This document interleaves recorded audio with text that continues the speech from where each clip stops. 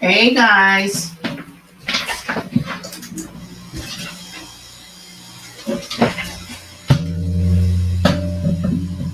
Hold on.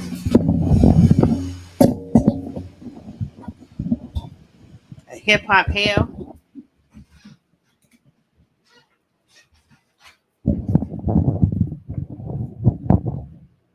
I gotta do better.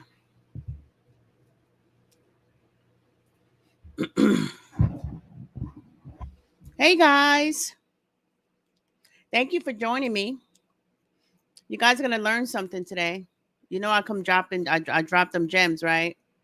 Something to think about. Damn in it. I keep forgetting to put up my banner, something to think about. Lord, I gotta put that up.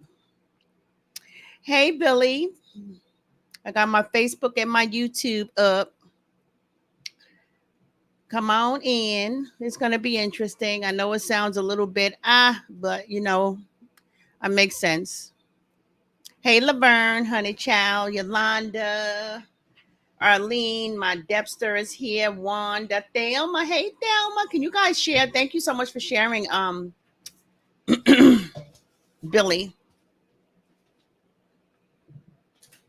Let me put my phone over here.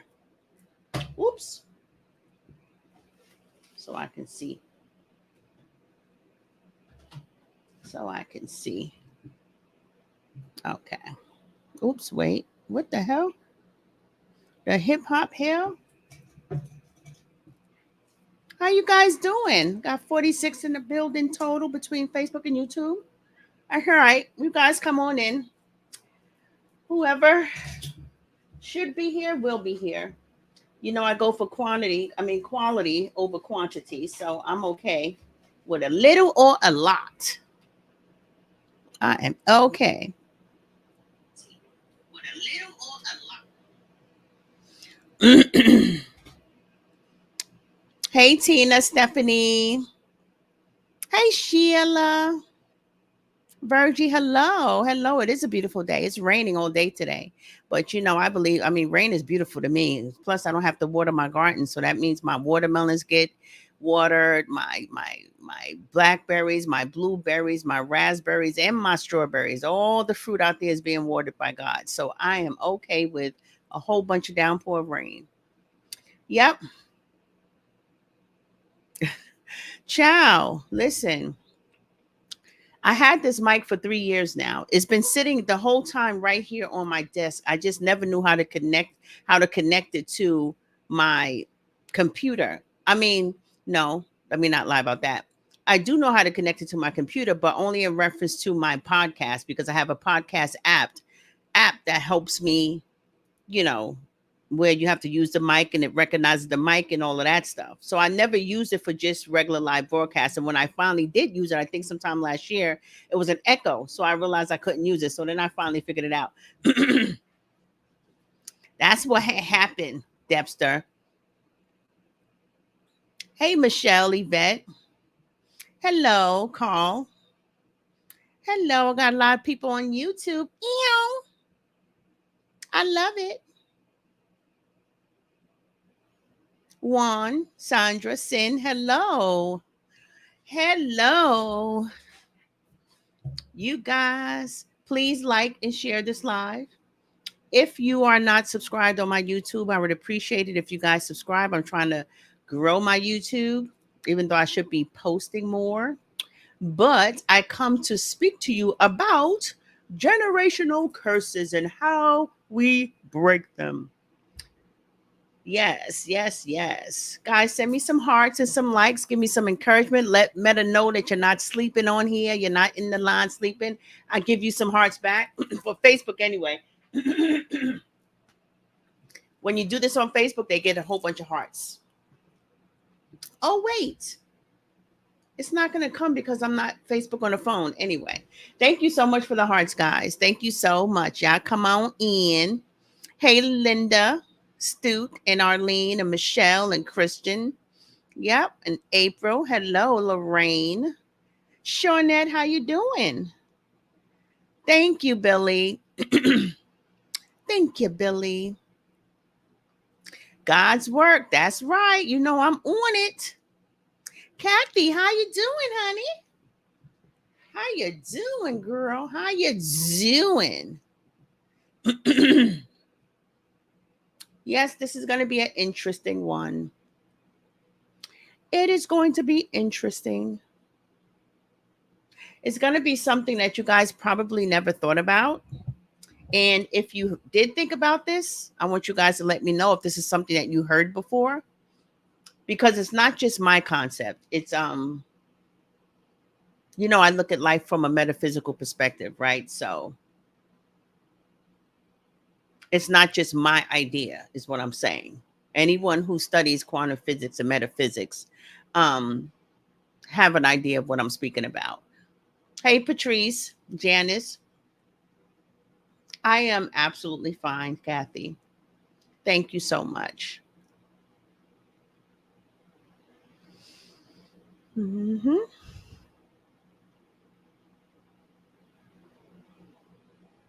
It's funny. I should have done this completely on Facebook alone. I'm about to ask all y'all to come to Facebook because I could have uploaded this down to to YouTube.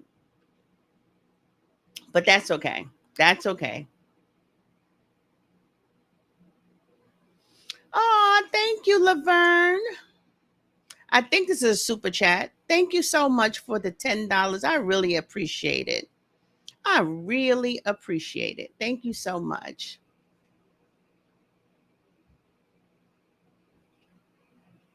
You came in Sharon Santoria. All right, all right, all right.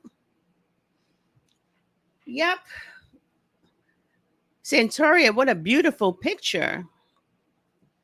I got my YouTube and my Facebook up on here. And I'm not dropping anybody off. Whoever wants to stay on YouTube can stay on YouTube. Whoever wants to stay on Facebook can stay on Facebook. It's all good. So, hey, Angela.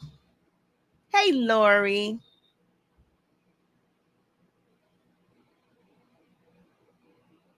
How y'all doing on today? Making Monday. That's right. Happy Monday, making Monday. Happy money making Monday. That's right. Hello, Shelly and Tanji. Hello. Yeah, this is going to be an interesting conversation. It's not going to be too long, but I have when I come on, I have to give. I can't help but to give you guys what I have. And what I have, I believe, is very needful and interesting. And let those who have ears hear, you know?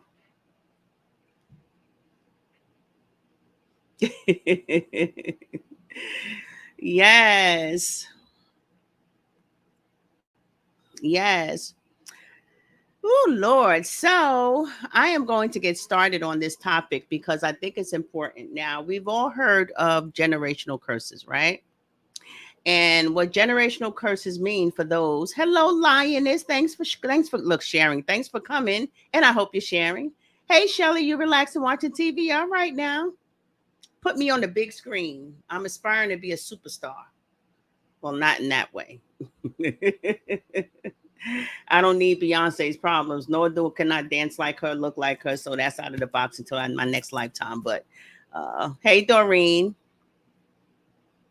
So we have all learned about generational curses, and for most of us, we know what that means, right? We know that that means that that's toxic. You heard me, right, Shelly? You caught that, right? Toxic behavior patterns that's passed down from generation to generation, right? Now, a lot of people believe that when it comes to generational curses, that it's something that is seen, that's only seen. Like a child will continue that cycle if they have seen that cycle, if they have seen those behaviors manifest within a family. But that is not always true. Okay. Generational curses come through the family lineage, meaning through the family. Hey Cheryl, my girl, I'm glad you're here. Meaning through the family line. Okay. And we all know, well, we don't all know, I'm not going to be presumptuous, but every cell in our body has a memory. Every cell in our body not only has a memory, but every cell in our body has its own energy. So out of the billion cells that we do have, each individual cell has its own body, its own organs. Believe this or not, and I'm going somewhere else with this because I mean, this is something that I learned from Yaki Awakening, that every cell has a brain, has a lung, has a lymph, has a digestive system, and every cell has to poop. But basically, I'm saying this because every cell has energy, right? And so when you think about things being passed down from the family lineage or the family line, let me keep it basic, is because it is passed down through the family, um, genetics, basically. Okay. And this energy that's being passed down. Oh, Virgie said, I subscribe to your channel under a different name because sometimes I have things I want to, I have to say, but I want you to know that I love you and Chef and say, oh, okay. All right. Thank you so much though. This topic is deep, says Shanette. I'm writing about it to release my experiences. It's right on time. It's right on time. Wait till you hear what I have to say, Shanette. This is right on time for you. If it's for nobody else, it's for you. Okay. So, generational behaviors, okay, are not only passed down through what people see, through what we see, and the behaviors that we witness within our families, but it's also passed down through our cells because our cells carry energy, all right? And when you are pregnant, all the energy that you're feeling that came down from your family line is also transferred through the fetus, through the umbilical cord, through the energy of the cells that's connected to that process. Hello, Teresa. Hello, Vedette. Hello, Zyva. All right. And so here's the thing. There is and by the way, guys, I'm going to link this also. I'm going to show you how generational curses and cycle breakers are linked to mental illness. All right. And how that plays a part in change. Okay. It's how it plays a part in change. Thank you so much for the hearts. I appreciate it. Thank you so much for the hearts. So here it is. You ready? Y'all sitting down? All right. Here it is. Now, there's a group of people, okay? And not just one small group of people. It could be millions, but it's a group of special people that are called cycle breakers, okay? Now, this is a spiritual term, and of course, you wouldn't know if you are one of them. Well, you would know if you are one of them, especially when I get through explaining to you what it is exactly, okay? But for the most part, it's a subconscious spiritual process for these cycle breakers. These cycle breakers come into the earth at a certain specific time to break generational cycles. Okay? They come to break generational cycles. They come in breaking the mold of patterns that came through the family lines. Not only patterns, but patterns of belief systems, patterns of trauma and all those things. All right. And they come here specifically, their sole purpose is to break those patterns. And I'm going to show you how all of this manifests, down the line. And when I'm done, you guys are going to recognize exactly what I'm talking about. Okay. You're going to be like, wow, never thought about that, but that makes complete sense. Okay. Now, these cycle breakers, these groups of special people, and I also like to refer to them as star seeds. A lot of you guys don't know what star seeds are. Star seeds are special children that came down here with very specific spiritual purpose, very specific and detailed. Okay. Star seeds are those genius children, those trailblazers, those people that come and make a change, like Martin Luther King, and Rosa Parks and all of those people. Those are trailblazers. Those are cycle breakers. Okay. And so, hey, Glenda. And so these people have the ability to feel pain and trauma and dysfunction that came through the family lineage. All right. They have a special ability to do that. And and oftentimes these people are labeled empaths. Do we have any empaths in the building? Okay, Lori. Do we have any empaths in the building? Let me know if you are an empath, a person that seems to be able to pick up on people's energy in the most intensified way. You feel their pain, you feel their burdens, you feel their problems. Let me know if any of you guys feel that you are an empath, because if you are an empath, you may be a cycle breaker. All right? You may be a cycle breaker. So, so, all right. So these people have the ability to feel things, to feel everything, to feel the trauma, right? And um the reason why they come here is not only is like I said, to break. Okay, yep, yep. Okay, so you might want to listen to this, because you might be the cycle breaker. You might be a cycle breaker. All right.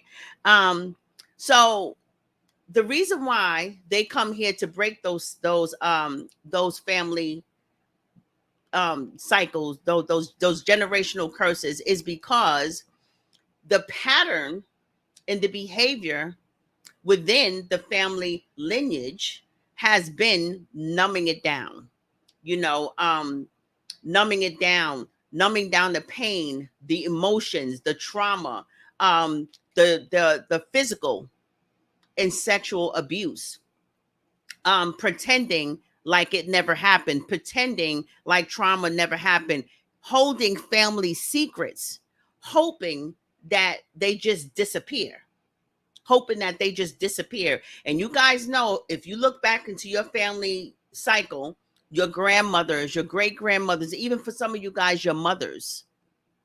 Okay, that's the generation right before us. You're able to feel it too. Okay, that's a generation right before us.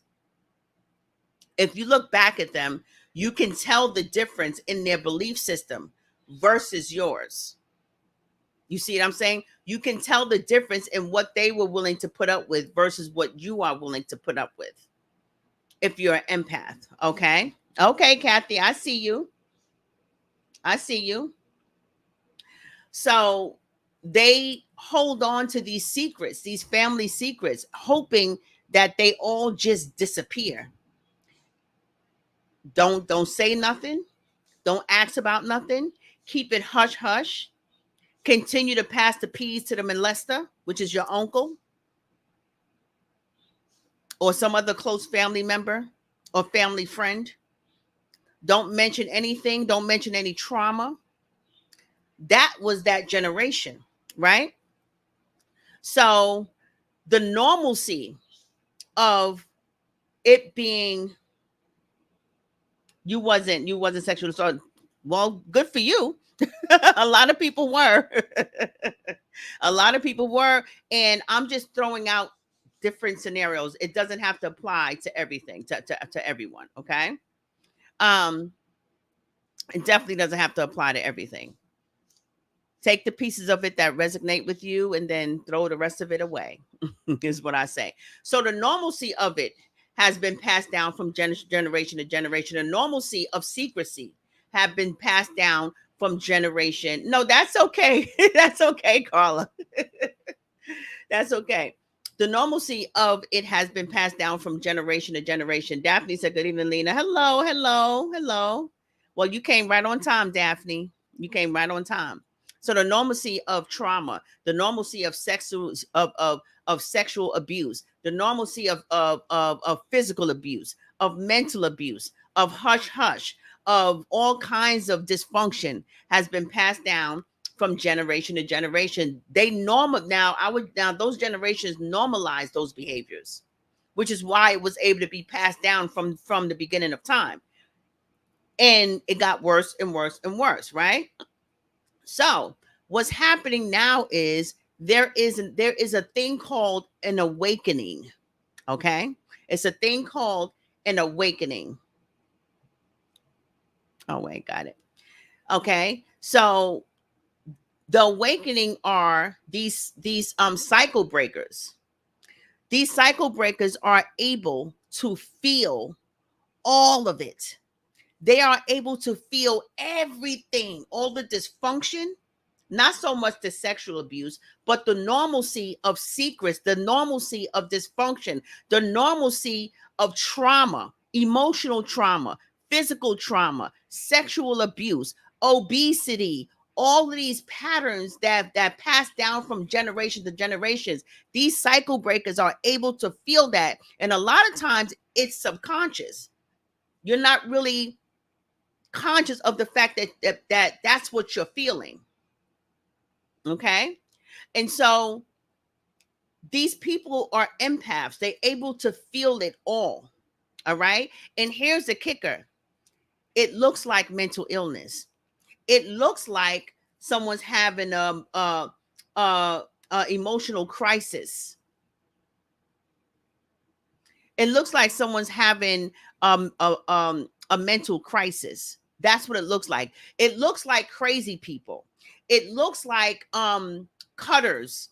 It looks like addiction. It looks like just complete dysfunction. Okay.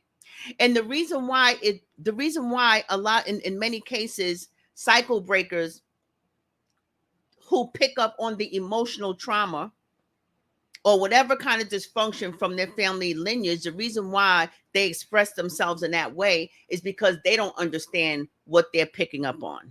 All right. And they're able to feel all of it in order to break it. See, that's the whole purpose of them feeling it, so they can break it. All right. Hold on. I was just talking to my grandmother and daughter-in-law. They're speaking about the same topic. You see? Mm-hmm. Hey, Catherine.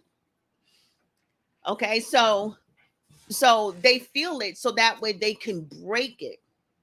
They need to break the cycle of it.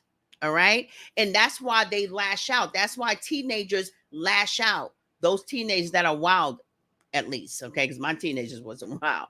But I know I was. And I wasn't wild, but I was definitely a nonconformist and a non-compliant. And I did go my own way and I did break some stuff. Okay, so I was definitely a star seed. I'm definitely a star seed. I'm definitely a trailblazer, and I'm definitely a cycle breaker. Right. And so they're able to feel it all so that they can break it. All right.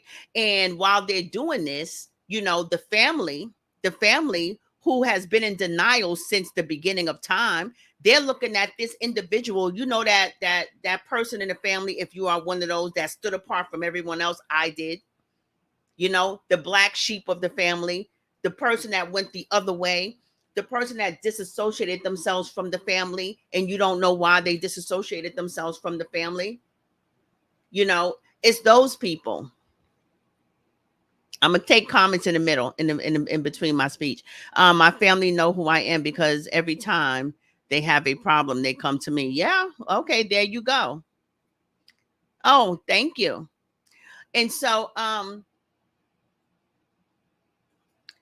so it so it looks like a mental health crisis, and the family start looking at the person as if they're the bad one of the family. They're the seed that went bad. They're the one who went left. They're the ones who didn't listen. They're the ones who didn't follow the rule of the way. Go to school, get a good job, get a house, have some kids and a dog, get married, you know what I mean, and have a retirement. They didn't go that way. So they're considered the black sheep, or they're considered the ones who didn't make it, who didn't do good for themselves. And primarily because the family members who are used to suppressing this type of trauma or any type of dysfunction, they're looking at them like, you're supposed to be suppressing this stuff. You're supposed to not be talking about it. You're not supposed to talk about your trauma. You're not supposed to talk about the person who hurt you, the person who touched you, the person who violated you. Why are you lashing out? Maybe you need some meds, because they're used to, things being on a hush hush. And this is with many families. Hey, Elaine, you will fight. Right. See? Thank you. Okay. And so the family, the family starts judging. The family starts judging because the cycle breaker is unable to conform. He's unable to conform. I have my little notes here. That's why I'm looking down.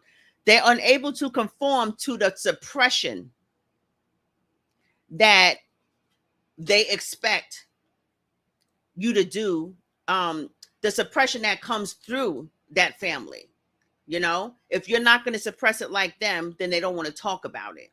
And that's what typically happens. And so they end up thinking something is wrong with you, as opposed to something in our family line needs to be fixed. That's what ends up happening. And so when it comes to even looking at mental health, remember how I always tell you guys, even when it comes to the bullies, even when it comes to the cyber bullies, even when it comes to people doing wrong in this world, you know how I always say how everyone, good, bad, and indifferent, the righteous and the wicked, deserve to be here. Their presence is required and their actions are required. As painful as it may be, I always say that there's purpose in pain. There's a reason for everything, right? Now, I did give you guys my personal understanding of certain parts of people's behaviors, and this is just a small part. You know, when you have people that are bullying people, people that are hurting people that are hurting themselves, or whatever the case may be, you know, I always say their presence is needed, right? As painful as their actions are and as hurtful as they are towards other people, they are still needed in this world. Because number one, it shows us who we don't want to be. That's the first thing, right? It gives they give us the example of who we are not going to be, right? And when we see people hurting people on a massive scale, it prompts us to want to get involved and do something about it and make a change, right? So it all ties in. Right? The other part is that, like I said, with the cycle breakers, when it comes to trauma, they're the ones that's not accepted in the family. They're the ones who everybody's looking at like they got 10 heads. They're the ones that everybody's scratching their head trying to figure out, why didn't they follow the program of hush hush and go this way and do this and do right? It's because they were unable to. They could not. And primarily because in their minds, the buck stops here. Now, they may not know that subconsciously, but that's what their soul is doing. It's cleansing them of that family, of that toxic family lineage, right? The buck stops here. I'm not passing this down to my children. I'm not passing this sexual abuse down to my children. I'm not passing this corporal punishment with the belt and hitting and all. I'm not passing this down to my children. I grew up with that. I'm not passing that down to my children. I grew up with the belt on me. And because of that, I wasn't passing that down to my children. You see? Because I was violated as a child, I made sure I took extra measures to always communicate with my daughters, even my son, to make sure that nobody has ever touched him. As a matter of fact, I didn't give anybody the opportunity to, because I never let them go anywhere to spend the night at anybody's house. And I didn't let them visit friends who had boys and men in their homes. They didn't get to visit those people. Anybody that they wanted to play with came to my house, because I always had everything, the trampolines and everything, the big backyard, everything you want, the snacks, come to my house, because of what I've been through. So I'm a cycle breaker. Okay. I listened to my children. Hey, Vera. Hey, I'm going to read some comments. I'm going to continue. Ooh, they still think I'm crazy because I want everyone to acknowledge some truths. There you go, Kathy. There you go. That's me, and I'm the baby of the family, and I vowed to not let my children to be associated with that. And I am one who is hated in the family, because you are a cycle breaker, and they don't understand. They don't understand. And with you being treated that way, I'm sure it comes a lot of resentment towards the people that you love. You have to find a way to let that go. You have to understand that this is a spiritual thing going on. They cannot know what they do. They cannot know. You didn't even know probably that you were a cycle breaker, even though you knew and made conscious choices. Well, I'm not going to do this and I'm not going to do that. Did you know that there was that there was such a thing as a cycle breaker, a spiritual cycle breaker? That was your purpose. Everything else that you accomplish in this world is icing on the cake. It's for your pleasure. Still am and don't care. Hey, Angela, Angelic Angela, how you doing, honey? So for these cycle breakers, what they're saying, whether they know it or not, whether they're lashing out in pain, whether they're lashing out by projecting their pain, by hurting other people, by bullying other people, by making other people feel bad, by wishing bad on other people, as terrible as those things are, as terrible as those things are, when it comes to change, there's always going to be casualties of war. It happens in everything. It happens in a personal level. If I am in pain, I'm going to project my pain. If I am unable to process my pain in a healthy way, I'm going to project that pain on other people, and people are going to suffer as a result of what I was unable to deal with. Okay? That's casualties of war. In order for red lights and stop signs to happen, somebody had to die. Somebody had to get in a collision accident. Casualties of war. In order for change to happen, it's going to take crisis. Crisis brings about change. Trauma brings about change. Change doesn't happen any other way. You know why? Because if it's no crisis or trauma, then there's no need to change. Okay, so there's no traffic lights. There's no stop signs. There's no emergency exits. There's no more seatbelts laws. Okay, there's no more drunk driving laws. There's nothing. And if there's nothing, then why are we even here? We're here to learn. What are we learning if we're not here to change anything? You see what I'm saying? So that's good, Angela. So they say the buck stops here. I'm not doing this. You know how many children in this generation, not my generation, my kids' generation, say that they don't even want children? Have you ever heard of this new generation saying that they don't want children because the world is effed up? They don't want to bring children into this effed up world. A lot of this generation are trailblazers, cycle breakers. They're breaking the generational curses of their family. They're breaking it.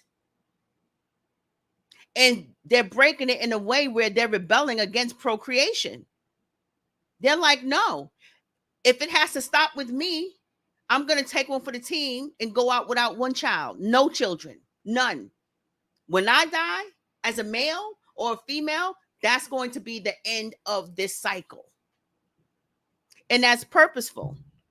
Now, that doesn't mean that in the spiritual realm, there are no soul families. You know, those people who came, the people who came into our families with us, our siblings, our parents, they're part of a soul group. And we have a spiritual contract with all of them to play different parts in our lives in order to help us grow and work out our lives and to assist us in this earth.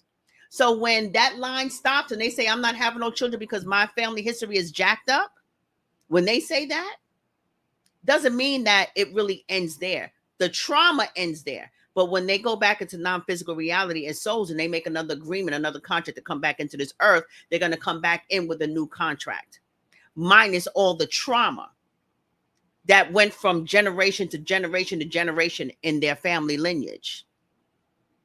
Kathy said, I realized I was late in life. During my early years, I didn't know. I just knew I was different, but I just thought it was because of how I was treated. You see? You see? And so so many of this generation, my kids' generation, they don't even want children. They don't even want children. They're rebelling in a way to where it's so loud. It's so loud. Those are star seeds. Our children, those are star seeds because they're not like us. And even more so, they're definitely not like, my mother, my parents or their grandparents. And they're definitely not their ancestors. You know what I'm saying? Because they're rebelling in a way that has never been from the beginning of our family line. You see? And so this is what they do. My son, even now, both of my daughters are Pisces. They're twins and they're Pisces. And so they're empaths naturally. My son, I didn't know was an empath. I didn't know he was an empath. And I'm not sure even if he is, but I can assume that he is. You know why? Because he's consciously breaking generational patterns. Consciously doing it. Consciously doing it. He literally reflects and speaks about family things from, he's putting pieces together. We had a lot of addiction going on in our family, of alcoholism going on in our family and things of that nature. He puts pieces together, and he sees the pattern. And because of that, he makes choices today to not fall into any of those patterns of belief. He even noticed some in me, even though he see the difference in me from my mother and, grandparents and so on and so forth. The Gen X, we were the last of the Mohegans when it comes to generational patterns, when it comes to all of that abuse. Either we was born like how I was to break the cycle. I am a cycle breaker. Or you're the last one to believe what your parents believe, because when you had your children, they're not like you. They're not going to believe what you believe. They don't care how you raise them. They're not going to believe what you believe. Okay? And so my son deliberately does that on a conscious level. He talks about it like, Mom, look at so-and-so and so-and-so and all these groups. I mean, he sees the patterns and it blows his mind. And I didn't realize that he was a cycle breaker until then.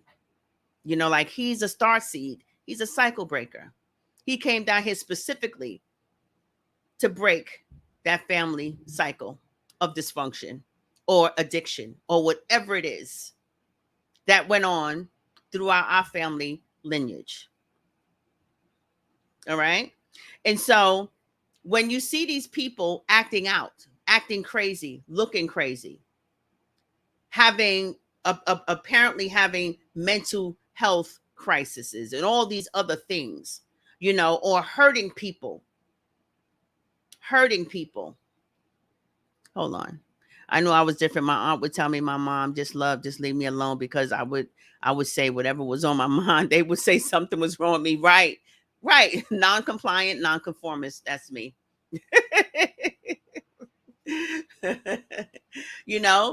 And so here's the thing. So when you see people acting out, it's not only because, their intention is to hurt other people, or they're consciously and on purpose acting a certain way to piss people off. That's okay, Penny Wenny, to piss people off. We have to consider how mental health plays a part in this. Now, you guys may be saying, okay, Lena, if the way that they are changing their family cycle and projecting, that experience into pain or hurt for other people, then that means that they're supposed to be doing this. And if they're supposed to be doing it, then why are we fighting it? Why are we rejecting it? Why are we judging it? Because we need to judge it. Because in order for them to change, we have to usher in that change. So we usher in that change by saying, look what you're doing. What you're doing is hurtful. What you're doing is wrong. You're hurting people for no reason. Go get yourself checked out. Think about going to see a therapist. Work out your family trauma. Work out your childhood trauma. When you do stuff like that and you point out the things in them, the characteristics in them that hurts other people, that causes them to look and seek for help. And in their seeking, then they realize the family dysfunction, the generational curse that has been operating within their family. Is only up to us to help them usher in that change by showing them what they're doing wrong. So that way they can look within and figure out why they're acting that way, what's going on in their life. And when they link it back to their childhood, And if you're a wonderful mindset, top tier life coach like me, I'm not going to only link it to your mother and your father, I'm going to link it to your grandparents. And when you see where it comes from, then you're able to break that cycle because now you know where it comes from. And so instead of reacting, you're going to respond in certain ways in order to break that cycle of dysfunction in your family. That's what you call cycle breakers. That's what you call cycle breakers. And you see how we all play a part. You see how both the wicked and the righteous is required and necessary in this world, because you don't know, none of us know. None of us know. Hey, Mabel. Hey, Deborah. Hey, Janice. None of us know why people act the way that they act. None of us know that. I'm on YouTube also, guys. None of us know why people act the way they act. There are so many reasons why we shouldn't judge people and judge a situation. And when I'm talking about judge people, I mean judge them in a way to where, you know, especially if they're not doing anything to anyone and they're not hurting anyone. We shouldn't be judging whatever it is they're doing in their lives, right? When it comes to people hurting other people, well, that's a law. You can't be hurting other people. I mean, like literally hurting them, right? That's against the law. But higher than that, when you see people hurting people around you or around them, then that violates someone else's ways of being. You know, it infringes upon their own mental health in their personal life. And so it's our job to just pull their coattail and say, listen, what you're doing is wrong. Well, why would you say it's wrong? Because it's hurting somebody else. If it's hurting you, it's not wrong, because when you hurt yourself, you learn from that. When it hurts someone else, you cause trauma to other people.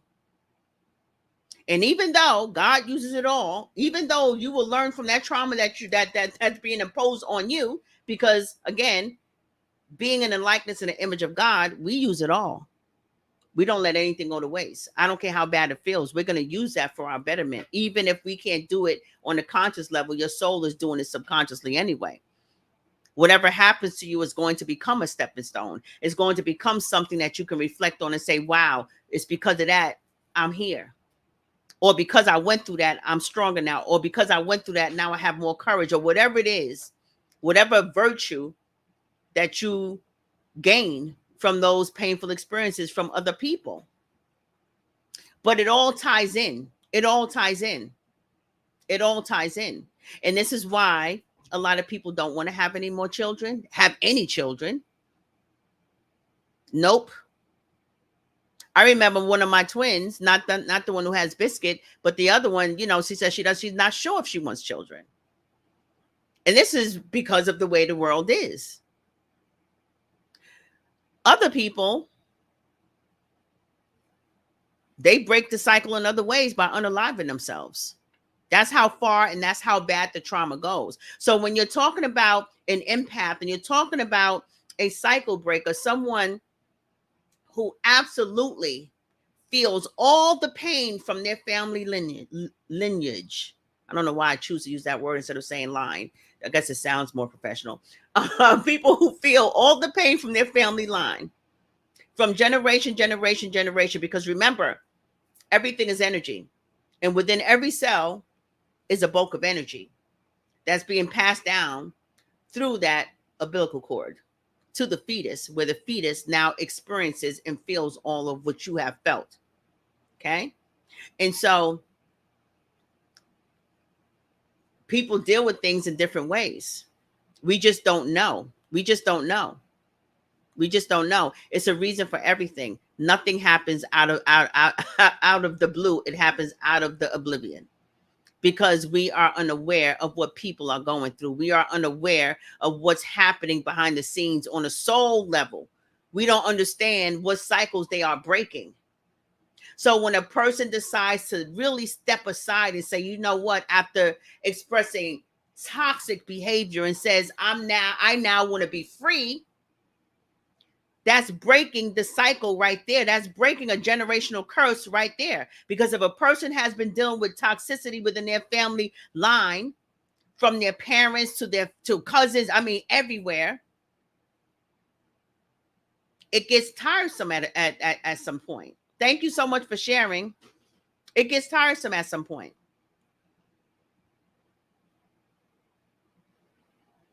And then the need for change becomes more dominant in your spirit. I need to change. I need to move away. I need to get out of this. I need to move away from my family. I need to get out of this pattern of thinking. I need to get out of this behavior pattern. And the ties to that is so strong that it's hard for a lot of people to break those bonds, to break those chains of the past. That's why today I had all those, those couple of posts that I had on my page was referencing breaking chains and moving forward and getting away from toxicity.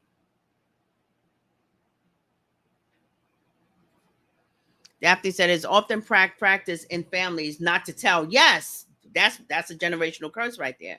Don't tell the family secrets, right? But these things need to be exposed. But they think it is portraying the family, right? Right. Because family is so important to people. They don't want to lose it. They don't want to break it. They don't want to destroy that family structure. But here's a kicker: if you're going to talk about if you're going to talk about sexual abuse, if you don't talk about it, it continues. If you do talk about it,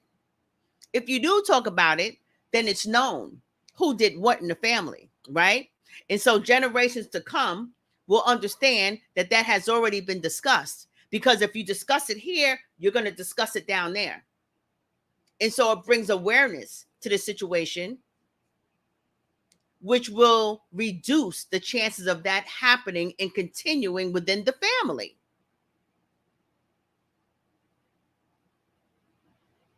Even when it comes to mental illness, the same thing. If you have a history of mental illness or whatever it is, you have a parent who's been displaying toxic behavior and you just learned, oh, well, that's your mother, accept her for who she is. You got to love her anyway. No, you don't. No, you don't. You don't have to love anyone who's hurt you. I don't care who they are. Not your children and not your parents. Well, I don't think anybody can not love their children because we happen to have, if you're a parent, you love your child regardless. But so let me reverse that. Yeah, you don't have to love your parents, especially if they've hurt you in the way that was, that caused trauma. Hold on one second, guys. Don't go nowhere. Hold on.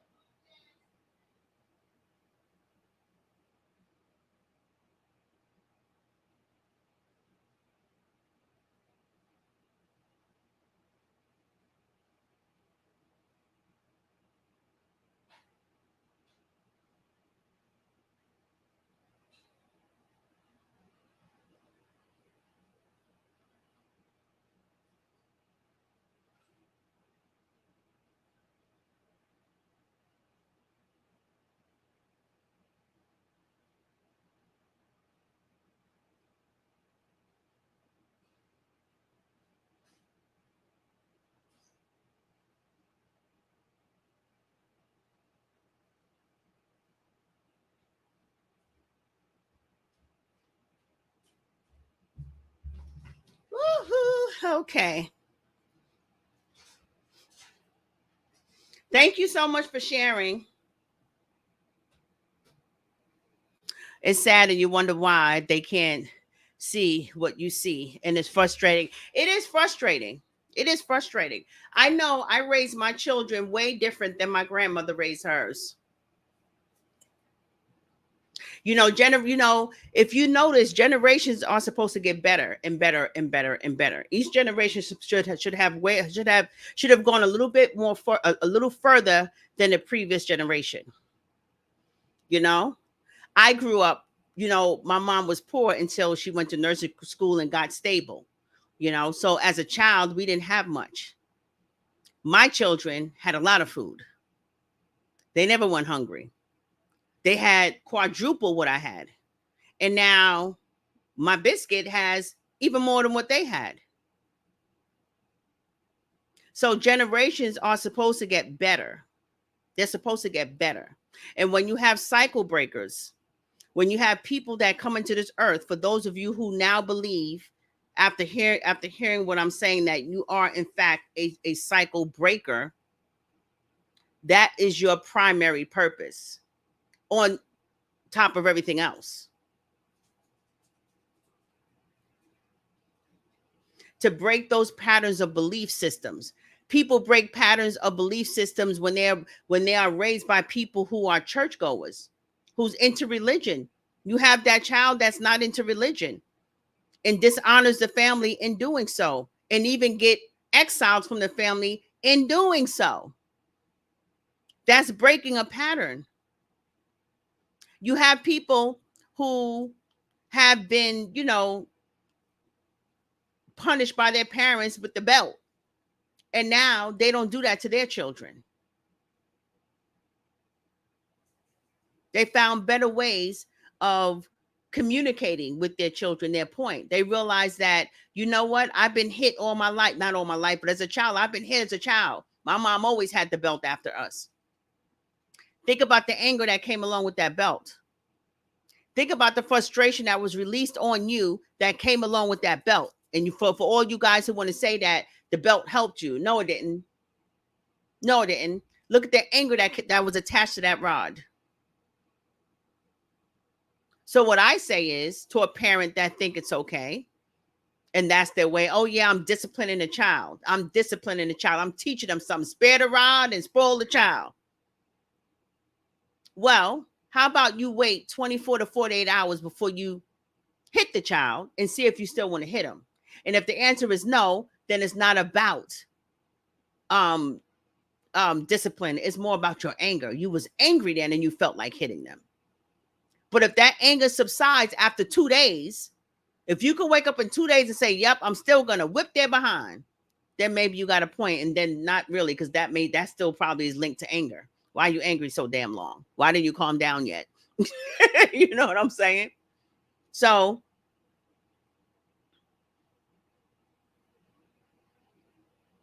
that's how, I practice that. I realized that no.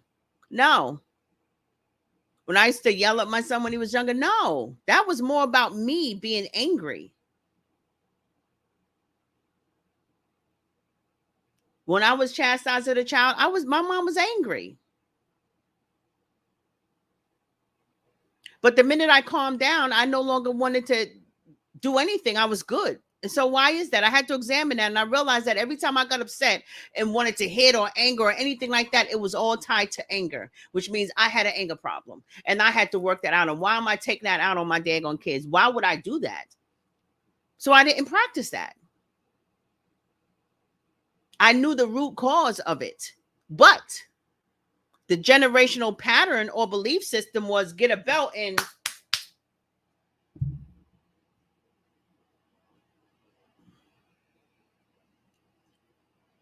hey, Camila. That's what it was.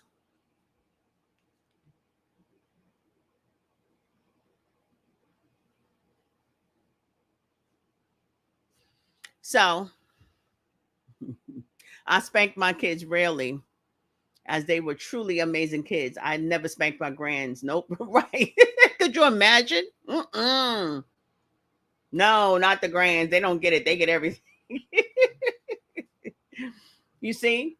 So it's all about breaking those generational curses. And now that you guys have heard this, maybe you're able to look at the people in your family, your friends, just people who are nearest and dearest to you, and if they're acting out in any kind of way, or they're going or they went their own route, they didn't follow the family's traditions. They didn't follow the family's Christmases because, Christmas turned out to be about gifts rather than the meaning. They didn't follow, Thanksgiving now because they realized that, Thanksgiving was a bad time for Black people or whatever the case may be. They realized that, even obesity. You got people that are breaking the cycle of obesity in their families. And you can tell who those people are, not by the people who are struggling through it and trying to find quick ways out of it, but people who are trying really to do things naturally, trying to find better ways of eating,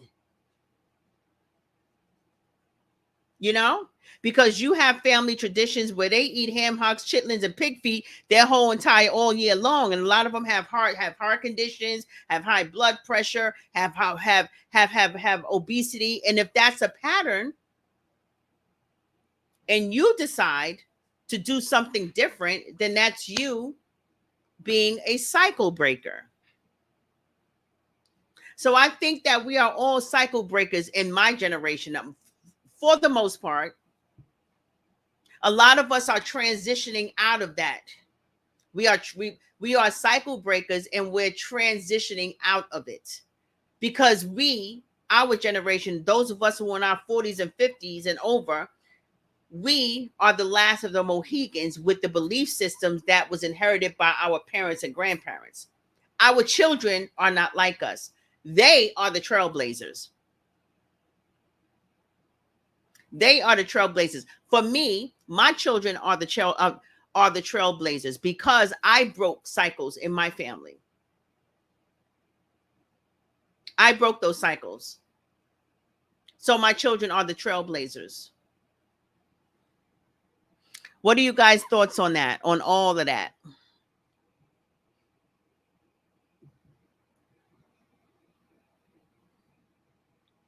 Feel free to say what is.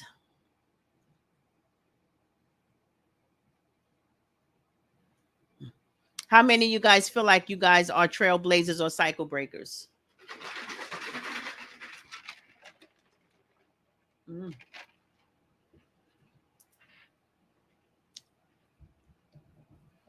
I see a lot of wallflowers.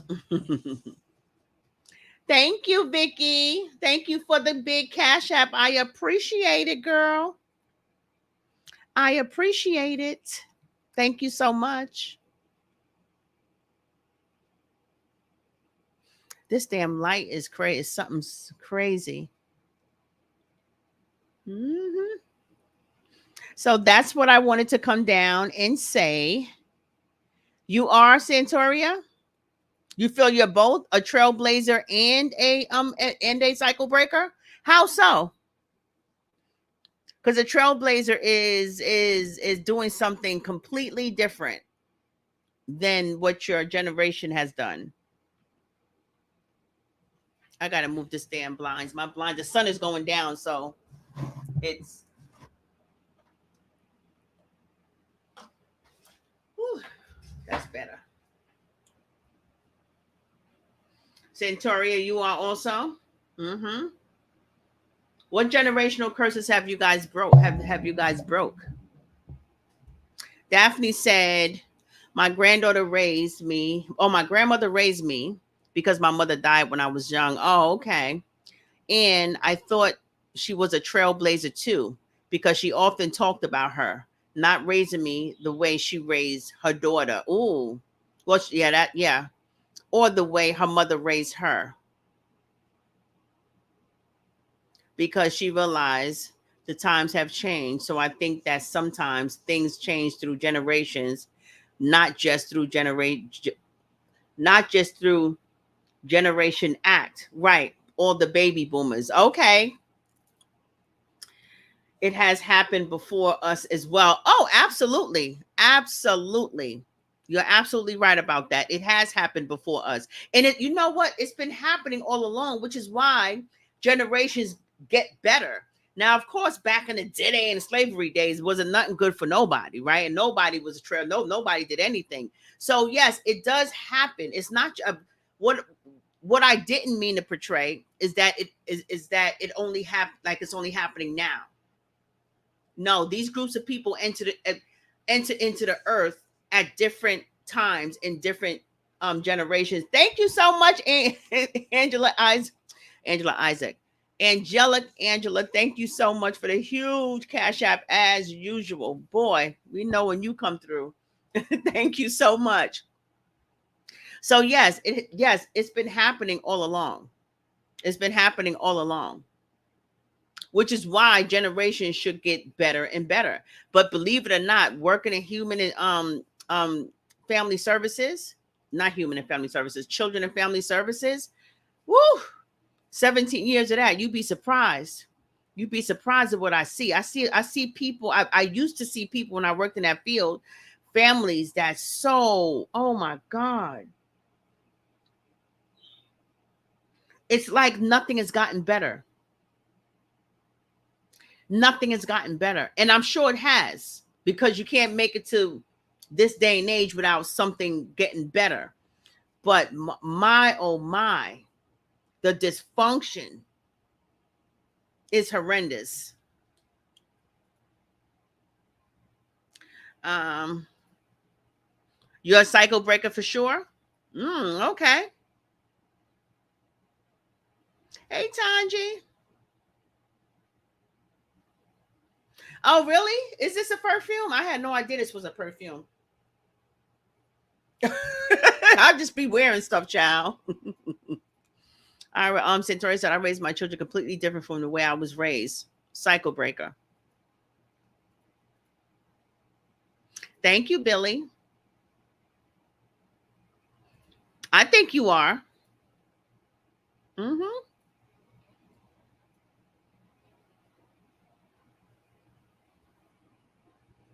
And remember, cycle breakers is more than doing better than your family, because sometimes we get that mixed up where we're like, okay, we do things, we're in a better place than where our parents were, or whatever the case may be. Remember, cycle breaker means breaking family dysfunction.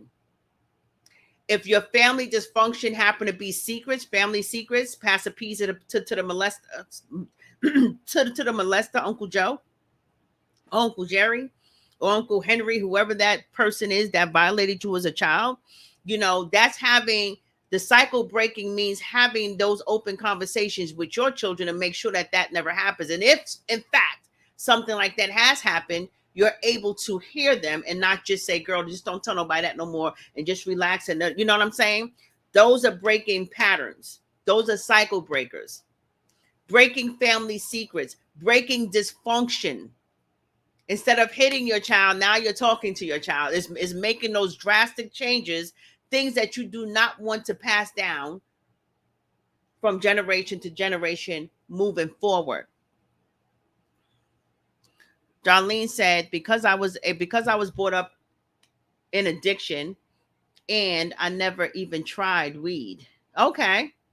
I'm the one who speaks about the secrets that have ruined the younger generation. There you go. Hold on, guys. I just got to get my chicken out the oven.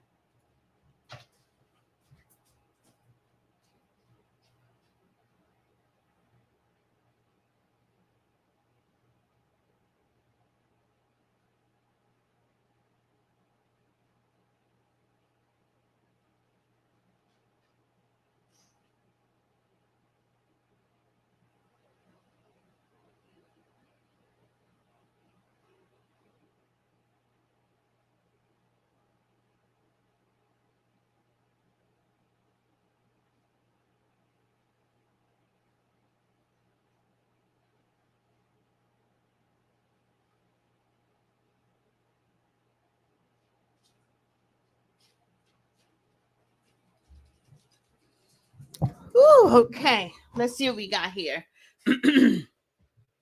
um, hey Penny.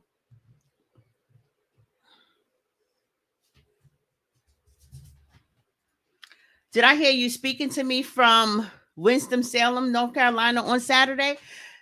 No.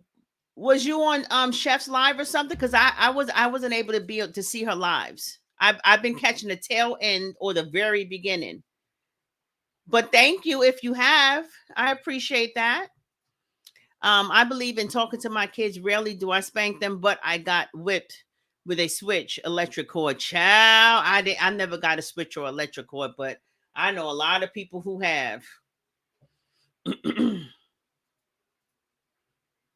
I raised my children totally different from all I was raised. I was raised by my grandmother. She did not believe in extra activity. She makes sure you have food to eat and clothes to wear. When I started having kids, I said my kids is going to school activities. Okay. Okay. Any change counts. You slow me down. I love it. I slow you down. I am definitely a cycle breaker. Good, good. Nicole Love says, hey, Nicole, honey child, anytime you've worked for the Department of Social Services, you are bound to see horrible things. I worked for them for 27 years, seen a lot. Oh, you already know, child. You already get off my energy train, please. Like, again, here we go. How you doing, Nicole? I was very stern with my two sons. I didn't raise them with the abuse I encountered. Okay, good, good. Oh,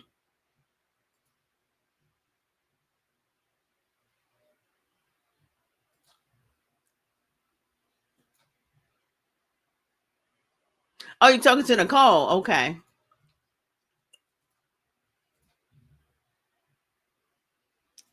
I got the extension cord and tree branches. I am still in therapy. Oh my God, you poor thing. I believe it. I believe it.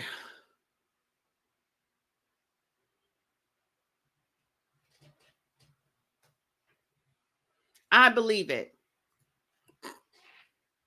And when it comes, see, when it comes to, handling kids the way that our parents or our grandparents and all of them used to handle kids, you got to understand that part of the cycle breaking in that is dealing with the anger. That's part of mental illness. A lot of people are bipolar, all kinds of things happening. You know what I'm saying? That's dealing with a mental illness to some degree.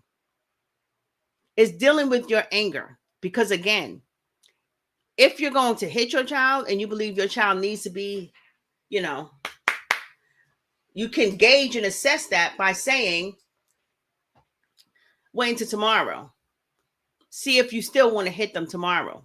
Give them a little punishment until tomorrow. And if you wake up wanting to hit them tomorrow, then chances are it's more about discipline. And then it depends. Because again, when it came to them lashes as a child, right? That was attached to a certain energy. Them parents was mad as hell. Mad as hell.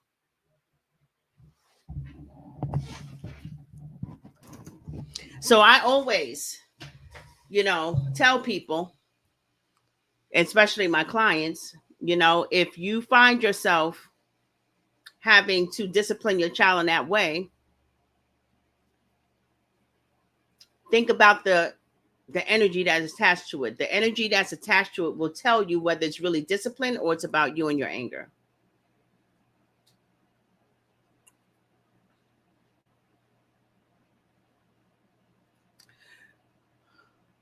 Yes, my father was very angry, yet my mom never stepped in. I had to learn to forgive her, right? Because you don't know what her trauma was growing up. And that's part of knowing why it's important to forgive. Because unless you know her story, you can never know what she was able to do or what she was not able to do because we all make assumptions that say, no, they knew better. No, she knew he was touching me. No, she had to know this. No, she had to know that. Suppression is a real thing, and that's a generational curse. Suppression. People do it real well. I did it. People do it real well. And when you suppress those things, because your mother had to suppress it, so when people say she knew what was going on, she could have stopped it, she didn't stop it, she was just plain evil, that means she agreed with it. To make all those judgments, you just don't know. You don't know what she took on from her family lineage. For a lot of people, suppression is automatic because it comes down their family line. It's a genetic dysfunctional disorder in their cells, and it comes down their family line. It's patterns of belief systems and behaviors. So yeah, definitely always find a way to forgive. And you know the easiest way to do that is to say, I don't know her real story. I really don't know. I don't know her whole story. Because if you knew her whole story, then possibly you'll be able to put some pieces together. Not that it's an excuse, but there's an explanation behind everything. Not an excuse, but an explanation. Because all we want is explanations at the end of the day. We want to be able to identify with someone's weaknesses. We want to be able to identify with their ways of thinking. Daphne said, punishments hurt me more than lashings. Anyway, as a child can get immune to hitting and it's not effective anymore. Oh yeah, my brother was very immune. I didn't get until I was older, like an older teenager. I was already in Pluto.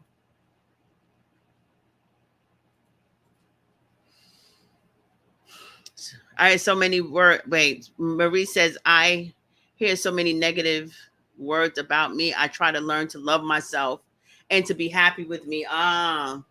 So emotional abuse was your generational curse. I deal with rejection a lot.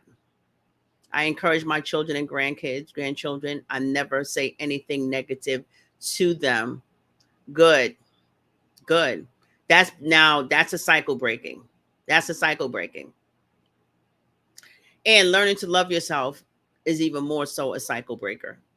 You know, I always say when people say you have to learn to love yourself, because I always say that. What's the answer to everything? Loving yourself, right?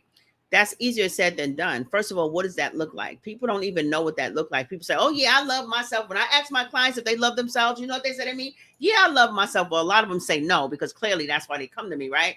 But some of them, oh yeah, I love myself. Well, how do you know? Well, I date myself. I buy myself nice stuff. I go out to dinner by myself. I'm able to go to the movies by myself. I'm able to be by myself and be perfectly fine. That's a small part of loving yourself. Loving yourself, truly loving yourself, Marie, and this is for you. Truly loving yourself is honoring yourself. And you know how you honor yourself? By loving every part of you, the good, bad, and indifferent. That trauma child, loving that child, embracing that child in your inner being. Make peace with that little girl. Whatever it is you were lacking as a child, when you go to sleep at night or when you're by yourself, you meditate, meaning you close your eyes and you pinpoint a time in your childhood, a time in your childhood where you suffered the most or you felt bad or maybe you was hungry, whatever it was, whatever the need was at that moment and it wasn't filled and that's the reason why you were hurt. You come into your mind, into yourself as the older part of you, the older you, and you give that little girl, which is you, exactly what she needed. That's how you heal that. If your mother had said some terrible things to you, and you remember one particular time that she said some really hurtful things that always stuck with you, it's time for you to release that and to help that. And you can do it on your own. All you have to do is go back to that time when you was that little child, okay? And you take that little girl and you sit down, you take her for ice cream. This is you taking your little self out for whatever it is to ice cream, to the park. And you hugging that child and telling yourself how beautiful you are, how special you are. Basically giving yourself everything that you needed then, but you didn't get. That's how you heal your past. Become your own savior. Become your own savior by giving yourself what you needed at the time when you were suffering for it. You just have to go back in time and do it. And you go back in time one by one to all of those painful periods. If you were being violated, you go back there and you rescue yourself from being violated. You take yourself out of that situation before it happened and reverse that pain and that trauma. That's how you reverse that pain and the trauma. It's called revision.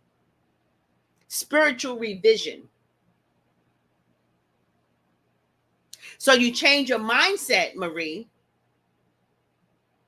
by not only speaking affirmations to yourself every day. I'm beautiful. I'm accepted. I am loved. Give yourself what you didn't get, but go back into your childhood and give that little girl, which is you, the thing that you didn't get. So that way you can reprogram that spiritual trauma that was imposed at that time, and you heal it. And by doing so, you impress your subconscious mind with new ways of thinking. So when you're dealing with your grandchildren or your children or whoever it is, now it comes across more authentic with more authentic energy, with healing energy. And you break the cycle on top of that.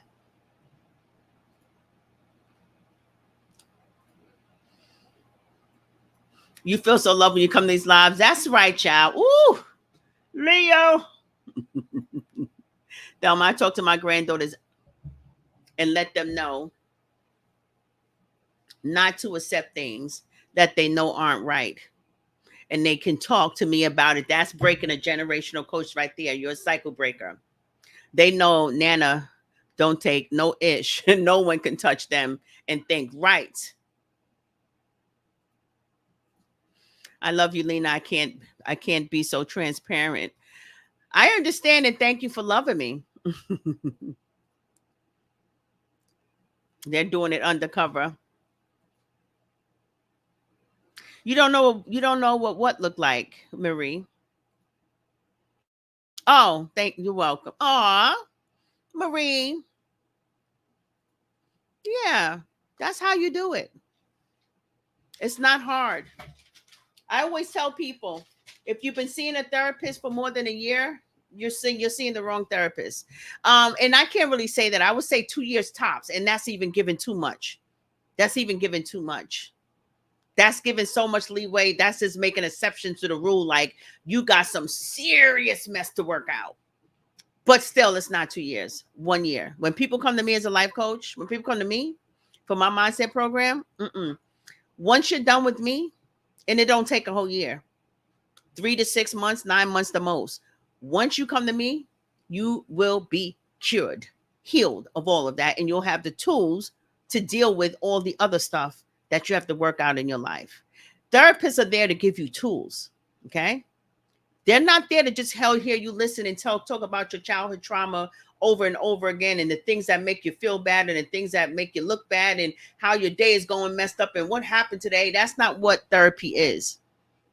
Therapy is working out those cognitive distortions that have you believing that you're not beautiful, having you believing that why you feel rejected. It goes to those core issues and takes you back to where it began in order to clear the way for you moving forward. That's what real therapy is. So if anybody is seeing a therapist more than a year, unless you're on unless you have clinical things going on, like you're clinically bipolar, that requires maybe a little more time, because now you're seeing a therapist. That therapist has medicated you, and also in addition to that therapist, you're also seeing a psychotherapist, because with a therapist you need a psychotherapist, because if not a therapist, a psychiatrist don't care how your dog died. A psychotherapist does. Okay, they don't care. A psychiatrist don't care if your parents passed away. A psychiatrist don't care about any of that, because they're trained in clinical in medicating you and seeing and identifying the mental disorder, but they're not there to help you work through those things. Just so y'all know. Hey, Charlotte. Hey, Marie. Long time no see, Lena. And how are you doing? I am doing great, Suzanne. I am doing great. Thank you. They'll do. And do a replay. Okay, all right. Sharing is caring. That's right, guys. Share my live. Somebody needs this. Hey, Linda Atwater, in your beautiful self. Oh, the topic is breaking generational curses. So it's look, cycle breakers, and you're really gonna have to catch the replay, because I can't even sum it up in one short spell. I told my sister yesterday that learning to love myself was being able to look in the mirror and love the parts of me that everyone points out as imperfections. Yes. And I reversed them. Absolutely, Kathy. That's what self-love is. It's loving all those parts about yourself that people have pointed out, that you have grown to believe are unappealing. It's learning. Loving yourself is learning, is knowing, well, learning to make amends with yourself, those things that you consider imperfections. Loving yourself is loving your attitude, loving how mad you get at people. Not loving that like, yeah, I just love how I got mad at her. No, what I mean is accepting who you are in your fullness, imperfections and all, and then work on the things that need to be changed. Loving yourself is working on the things that you need to change. That's also part of loving yourself. But accepting all of yourself, everything that has gotten you here, including all the abuse, not loving who done it and not loving what happened, but making peace with it and understanding that it is a part of you and it's a part of you that you have to work out. That's loving yourself. Thank you so much, Penny Winnie. Thank you, Penny Winnie. She got my website up here. Nicole Love said, loving yourself looks like me. Been raped and left for dead at 14, and knowing that it was not your fault for what that person did to me. Yes, loving myself is not allowing myself to be a victim, but victorious. Loving myself is knowing I am a gift to the universe that my God has created to continue to love life and live it abundantly. Loving myself is knowing that I'm a force within itself. I love me whether anyone else does or not. I love me from the top of my head to the soles of my feet. Yes. Thank you, sister, for that. Yes, indeedy. You may not like what you see, but you got to love those parts of you. Don't you know the parts of you, Suzanne, that you don't like? That's your childhood. That's that little girl in her pain that's trapped in your body and comes across as imperfections. That's what those parts is. Well, if you're looking at your stomach, that's that little girl. That weight that you carry, that's that little girl that was hungry, if that's what it is, or that could, or that was limited in her eating, or that couldn't get enough. That's that little girl. If it's your thighs, that's that little girl. That's your younger self.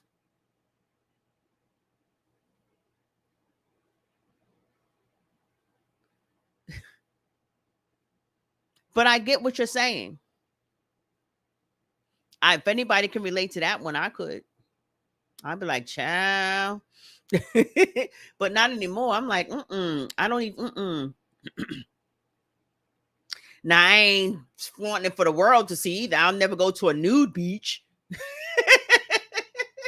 Not in this life. Hey, Angela. Angela Isaac. I don't like what I see, and you are right all the time. It's okay. And thank you. But you don't have to like what you see. That just means that you don't have to like your past. You don't have to like what happened to you in your past when you were a child. Because like I said, every piece of imperfection that you see is a piece of you who you were. That's your past. That's that child. That's that extra baggage that you're carrying, and we have to love those parts of ourselves. You have to come to grips with it. You know what I'm saying? Those parts of you may never even change, but it's okay, because who you are right now is an accumulation of who you have been. So to not really like yourself is basically saying that you regret your past. But had you not had that past, you wouldn't be who you was today. So you have to find a way to embrace what you've been through and work through the things that you don't like, the things that you can change. Hey, Linda Whitaker.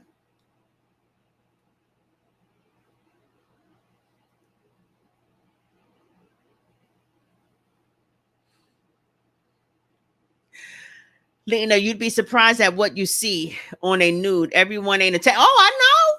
There's a nude beach right here. I know. They ain't a 10. You know what it is? They love themselves.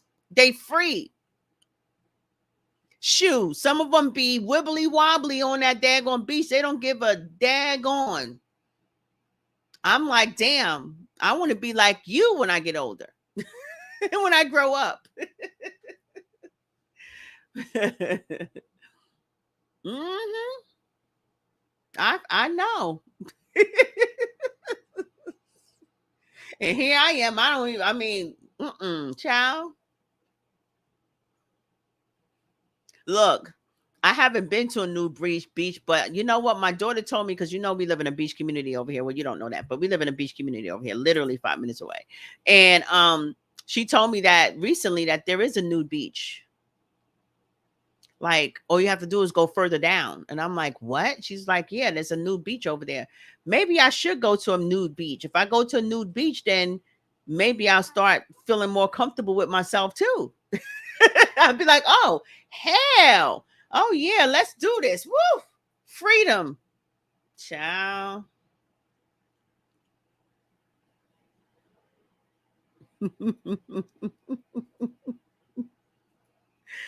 Oh, my God. I don't know. I just don't want to see no swinging weed whackers. See, that's my thing. I don't want to see that. I don't want to see nobody's boner. I just don't want to see all that. I'm not ready for all that. Lonnie not having that. I know that's right. She sure ain't. You already know, Angela. I had a really bad relationship with my ex-partner, my ex-partner, and I have moved on to a new partner, and I have been going through a really bad relationship with my ex-partners, and he was stealing from me and taking stuff out of my house and stealing my medication and my weed. Oh my God, I'm not laughing at you. I'm just kind of shocked that you're going through all that. And I'm happy to know. I'm happy now. And he was at the door about a month and a bit ago. So you're by yourself now? I just laughed at the weed, guys. I wasn't being insensitive. Um, you see, Suzanne? Suzanne, loving yourself is trying to figure out why you allowed all of that. That's what loving yourself is. It's figuring out why you allow all that. Because loving yourself is having boundaries. Loving yourself is saying, once the first time it's on you, the second time it's on me. You ain't we're getting away with it the second time.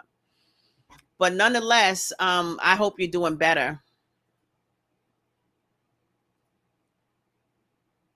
You would be a 10. Just strut yourself like they do. I know, right? Be like, hey, oh, child. I would have to see what they working with. And if they way out of proportion, then I may take it all off and be like, ew. But they would have to be completely a mess. No, I don't want to see any weed whackers. Not stealing the weed. Oh, hell no, not the weed. Look, that's where it ends, at the weed. Once you steal a weed, that's it.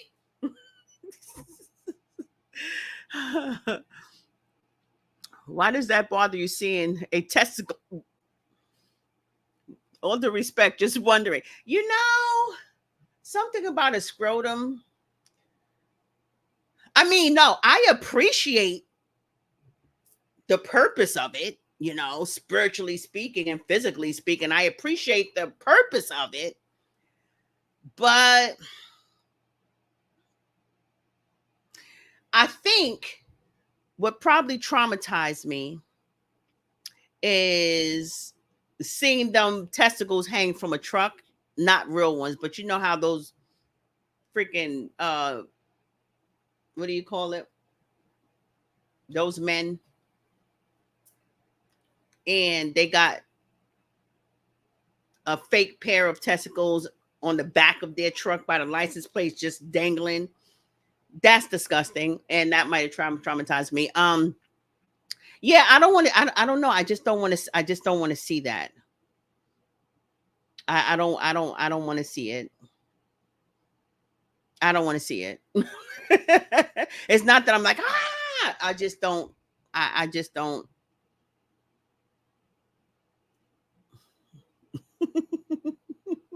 I don't want to see them. I don't want to see the weed whacker and his brothers. Yeah, I don't know how else to explain. Um,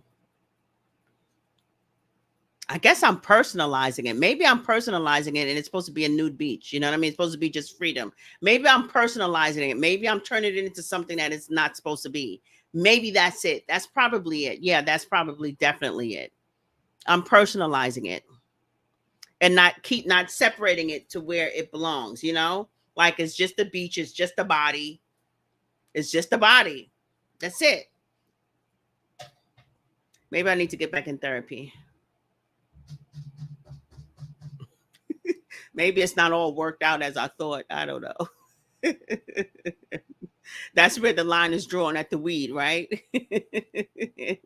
So the weed causes burning your Jordans. Lord have mercy. Jeez. I see that here in South. Oh, okay, in the South. Okay.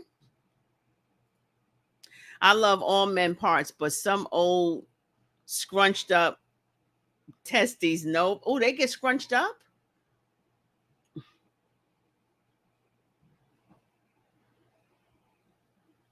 That vision out of my head.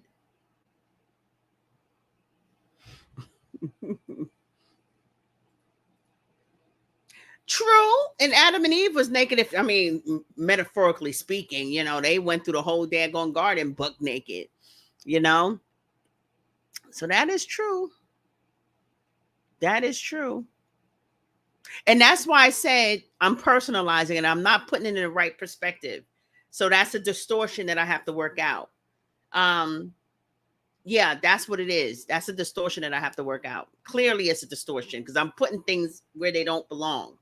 You know what I'm saying? I'm thinking about it more as of a naked guy. Like, why are you naked? Cover yourself, ill, as opposed to freedom. This is our birth suit. This is our earth suit. This is the body we chose.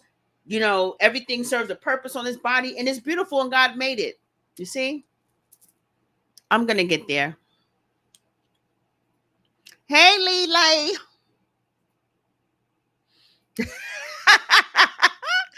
Lisa, you came in at the wrong part of this. I had a lot of good information, child, before this.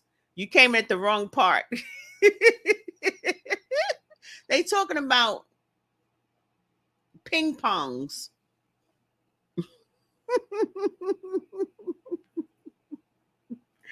You right. You right, Lori.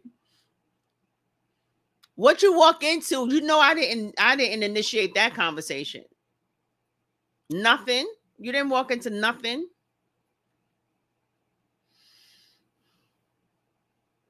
Gravity. Right, I thought it was shriveled up. Is it shriveled up or is it just hanging longer? Either way, yuck.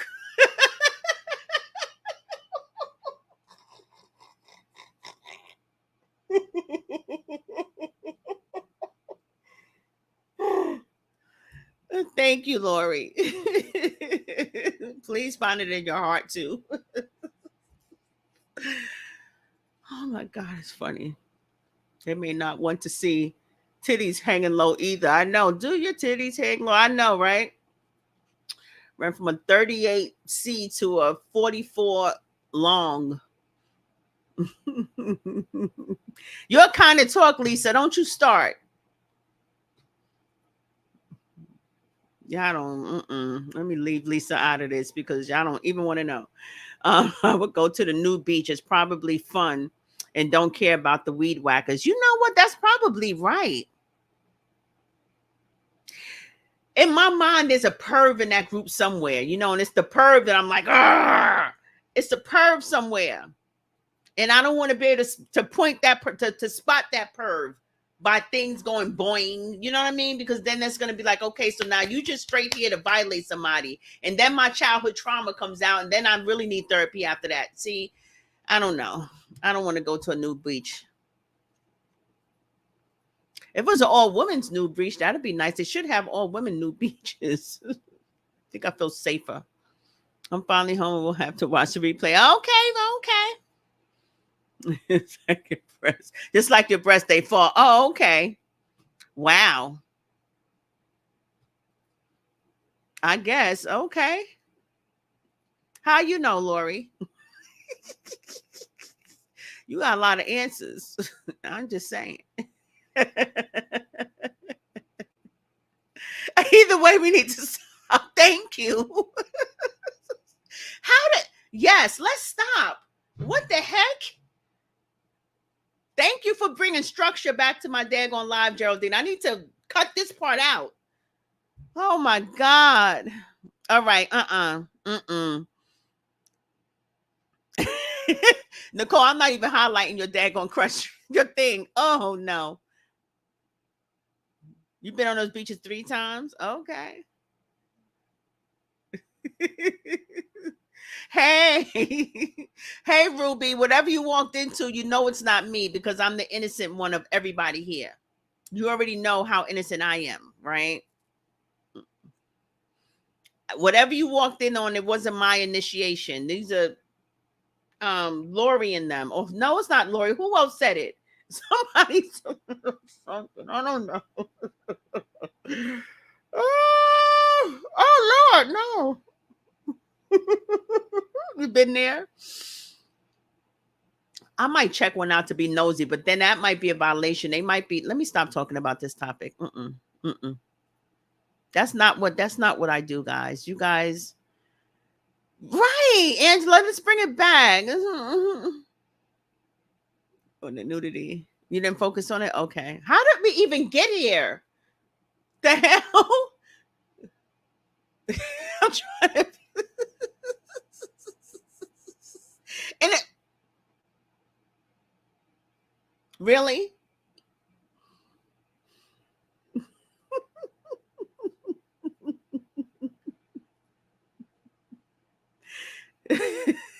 No.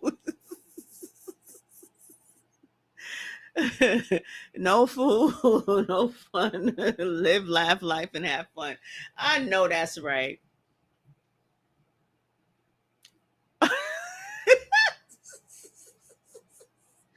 Lori.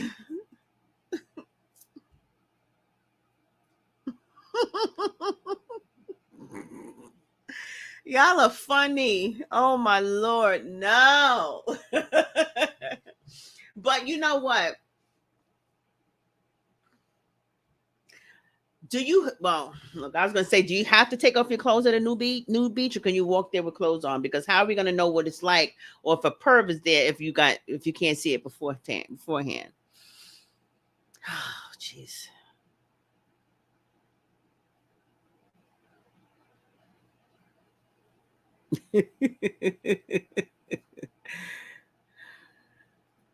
We were talking about imperfections of the body and childhood trauma.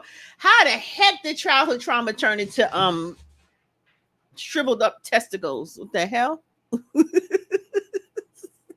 But I remember. We needed the laughter, yeah.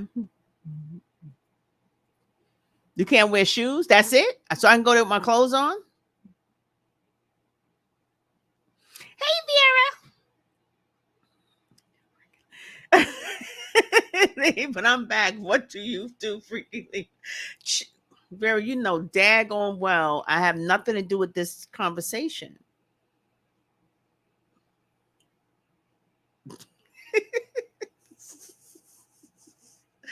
Especially male strippers with all that wiggly roly. Oh Lord.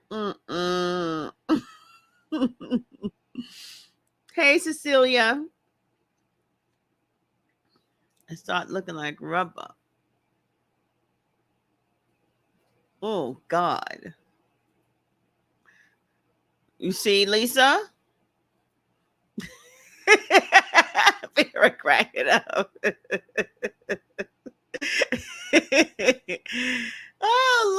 It's all good, guys. I'm not that traumatized. Oh wait, we talking about male strippers. There go Lisa coming out the damn woodwork. Mm-mm. I did not. Do not listen to Angela Vera. You already know me. I'm prejudiced. I guess. You're probably right. You're probably right. You are probably right, child.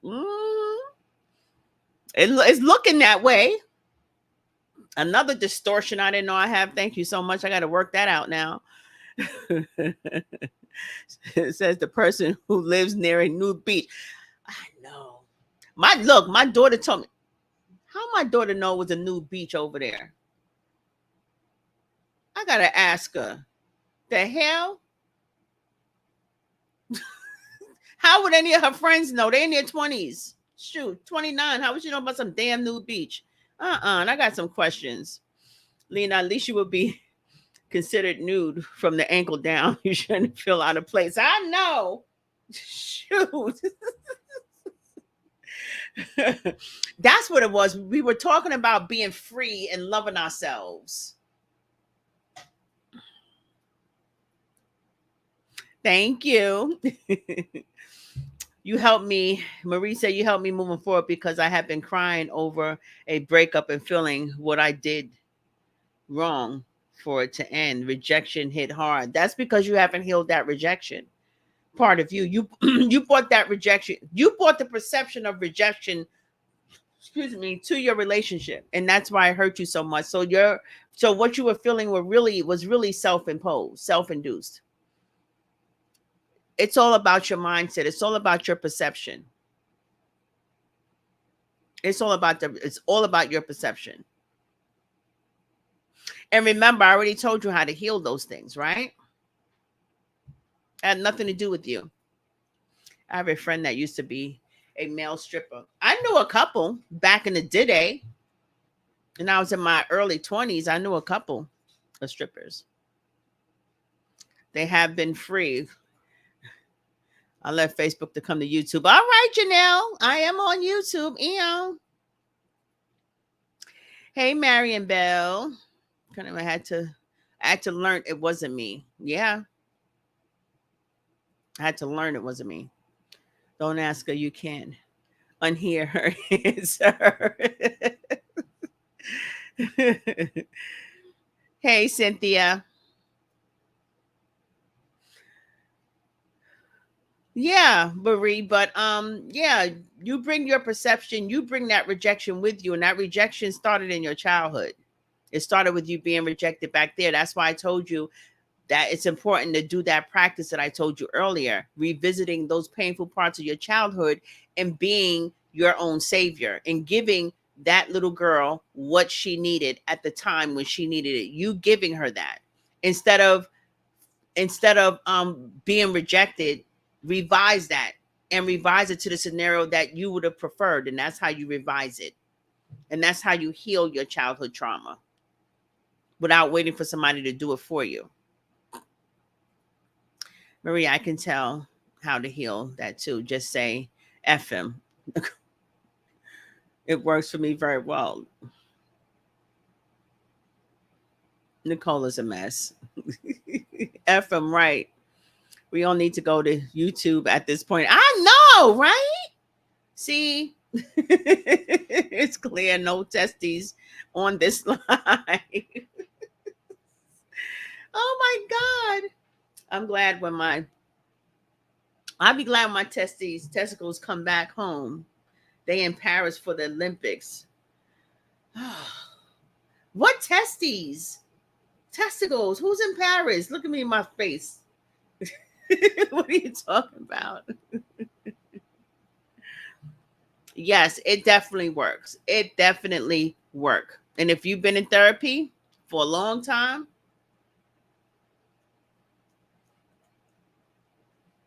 cut that. Go to a a clinical psychotherapist. A clinical psychologist,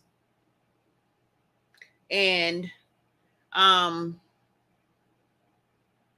or a life coach. Yeah, you shouldn't be in therapy more than a year for anything.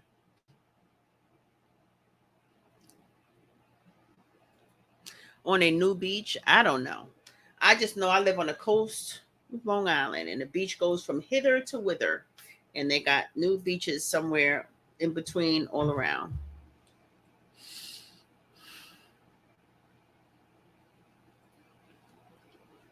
Husband, man, companion, those oh, you see how lost I am? Y'all know y'all know I'm telling my wife.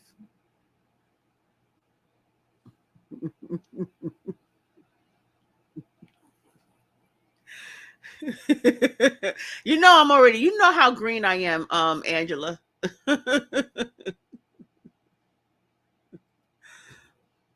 Mm-mm. My man took with him to Paris, didn't leave them home. Oh Lord. Is he really in Paris though? Did he go to Olympics? You serious? Wow. Y'all here to help me?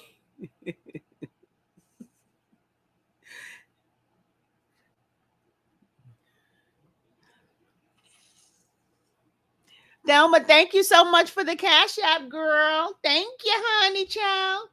Angela Isaac, I like looking at a fine cooked dark man body part. I'm here for it.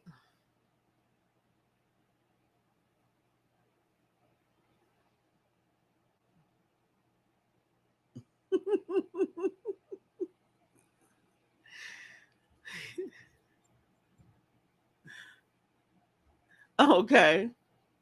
Hey, Dorothy, rescue me and take me in your arms because I'm lonely. Y'all are too much.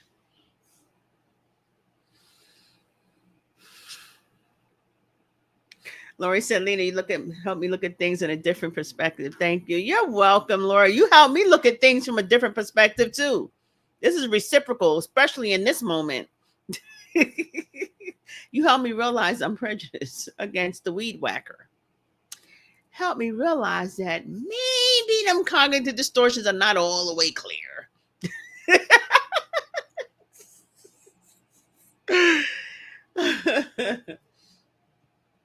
Even you person, of course you got it. Everyone gets it, Debster. You know, I'm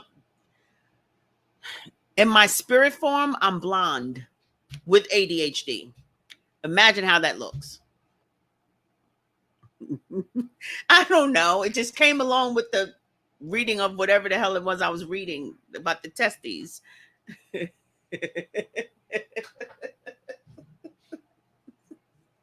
Y'all got me frowning up in here like, what?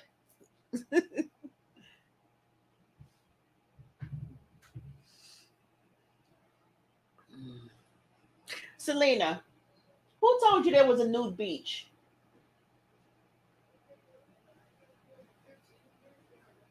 No, she said everybody knows it because she's been living here all her life.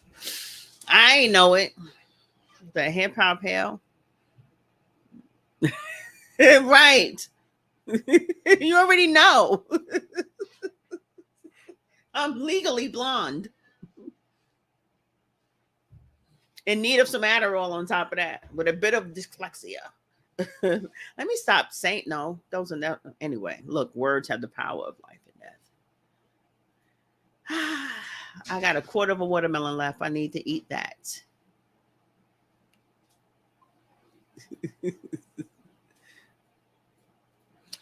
We have Splash on Galveston Beach in Texas, although a LGBT, the LGBTQ even. I've seen it all. Doesn't bother me. Just don't touch me. Oh, okay. Well, yeah, that might be interesting. I am a thrill seeker too. You know what I mean? Thrill seeker meaning that I like to take chances with stuff. So, and I could be a bit spontaneous and just be like, oh, let me go ahead and do it. I would just have to align myself and my chakras and get everything together and get rid of some distortions and stop personalizing and say, this is about the human body. This is about God. This is about nature. This is about freedom of speech and bodiness. Damn. I would probably go on that beach and be like, oh, okay. But oh, wait a minute. You're not supposed to be looking at those things though, right? Anyway, we shouldn't be looking at them. We should be looking forward. When I go, I'm gonna let you guys know when I go, if I go. I will. What's that you got in that cup, boo boo? Mm-mm. You guys are something else. You guys are something else. Something else.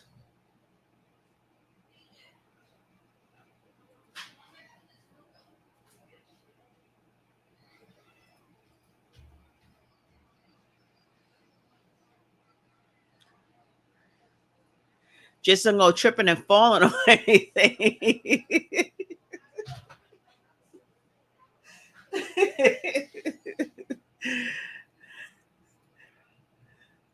Texas, her very sweet watermelon. You know what I had? You know what? I have, you know how I haven't seen out here yet? The long watermelons. I haven't had an oblong watermelon in a minute, in years. Nicole, you're too much, child. They have will sit next to you and try to have conversations about politics. Ew. Forget it. I'm not going. Wear dark glasses. So somebody can take a video picture, a damn video recording of me on the damn nude beach with this damn afro. They'd be like, "Oh, that's her right there. That's Coach Tina right there." Ciao. Look, I would have Lori. I would have the big hat, the big sun hat with glasses.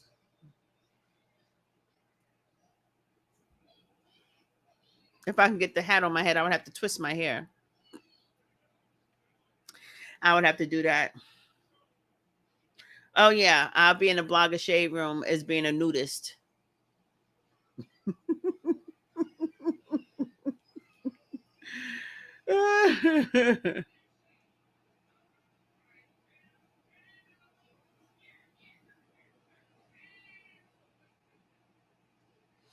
They everywhere, child. I don't know. I don't know if I want to know.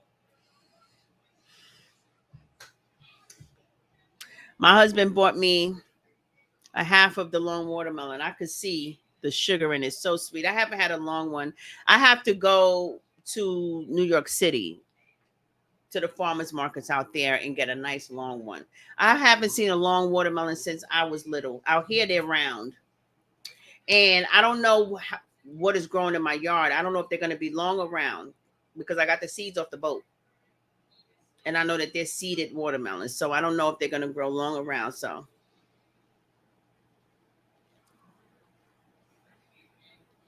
they don't have phones. Really know where to put them. Phones? What are you talking about? Well, at least there'll be some real content being talked about. What are you talking about? Am I having a blonde moment again? Between you and Angela, I don't know what you're talking about. She's talking about phones, she's talking about content. Nicole, explain yourselves. It has been fun, icebreaker. I know it, right? You growing eggplants? My neighbor just gave me an eggplant. I don't eat them though, but I know how to make some slamming eggplant parmesan. And I know it's slamming because I make slamming sauce and cheese and parmesan, anything.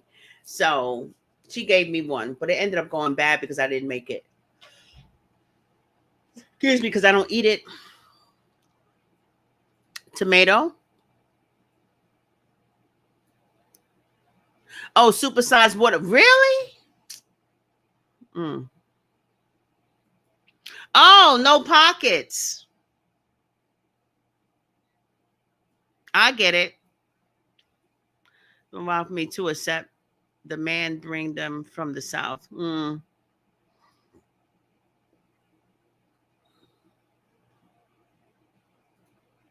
Wow, the long ones are seeded. I buy them all the time. They don't have those where I live at, honey. Clearly, I live in a damn food desert. And it's crazy because I'm in the suburbs and it's a food desert. Like, give me a damn break. I can't find a long watermelon to save my fight. But you know what? I haven't looked beyond. I have to, I have to go an hour away, and I have to do that. And maybe, just maybe, I will do that this weekend. I'll go to the city and I'll go and get me two watermelons. And if they're long, then two of them should last me a week. So every week I'll go and get two watermelons. Or it should maybe last me 2 weeks. I don't know.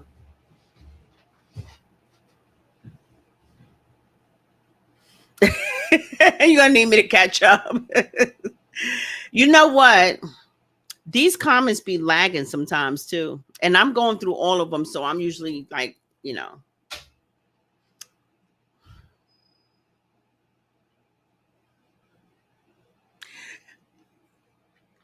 I get it now. I get it now.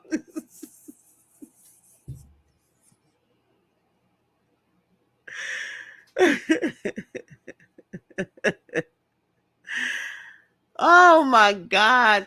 Nicole, you gotta love me, right? I'm as lime green as a I don't know what. I'm working on her to stay focused on the top of things. So it's very hard, but you try it. It's a lot of work. It's a lot of work. Oh my God. That's me all day. That is me all day. I'd be like, oh,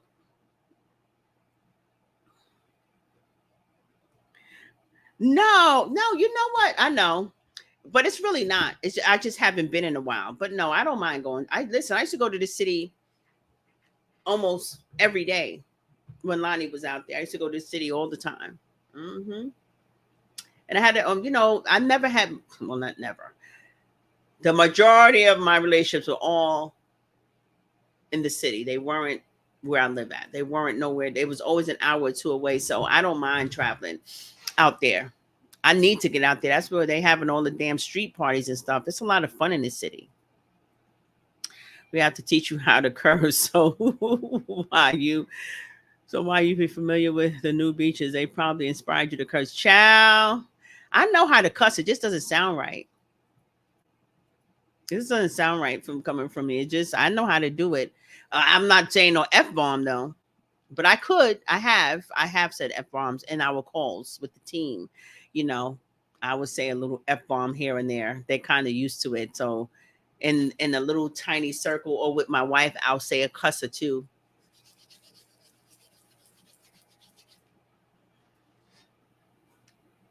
It's a lot of fun in the city. I love the city. But guys, I'm gonna get off this live now. I don't even know how long I've been here. I know it's been a while. It's been 2 hours. It's been 2 hours. So, guys, thank you so much for making this fun. Thank you so much for those of you who came in late. It was a lot good stuff. I gave a lot of good daggone gems early on before the weedy whacker came into play. So you guys go to the beginning and watch the replay. Nicole said, "Tell I'm working on her cousin on point as well. Just give me some time." Child, if next year I'm like,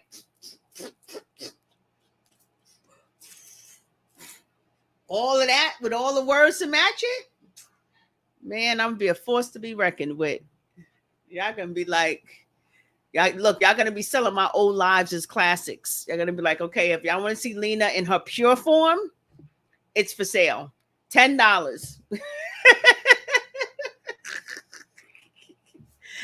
$10. Let Lonnie drive when you come to Texas. Our speed limit is a suggestion. Really? Then that'd be me driving because she drives the speed limit. You want me to drive 10? Shoot.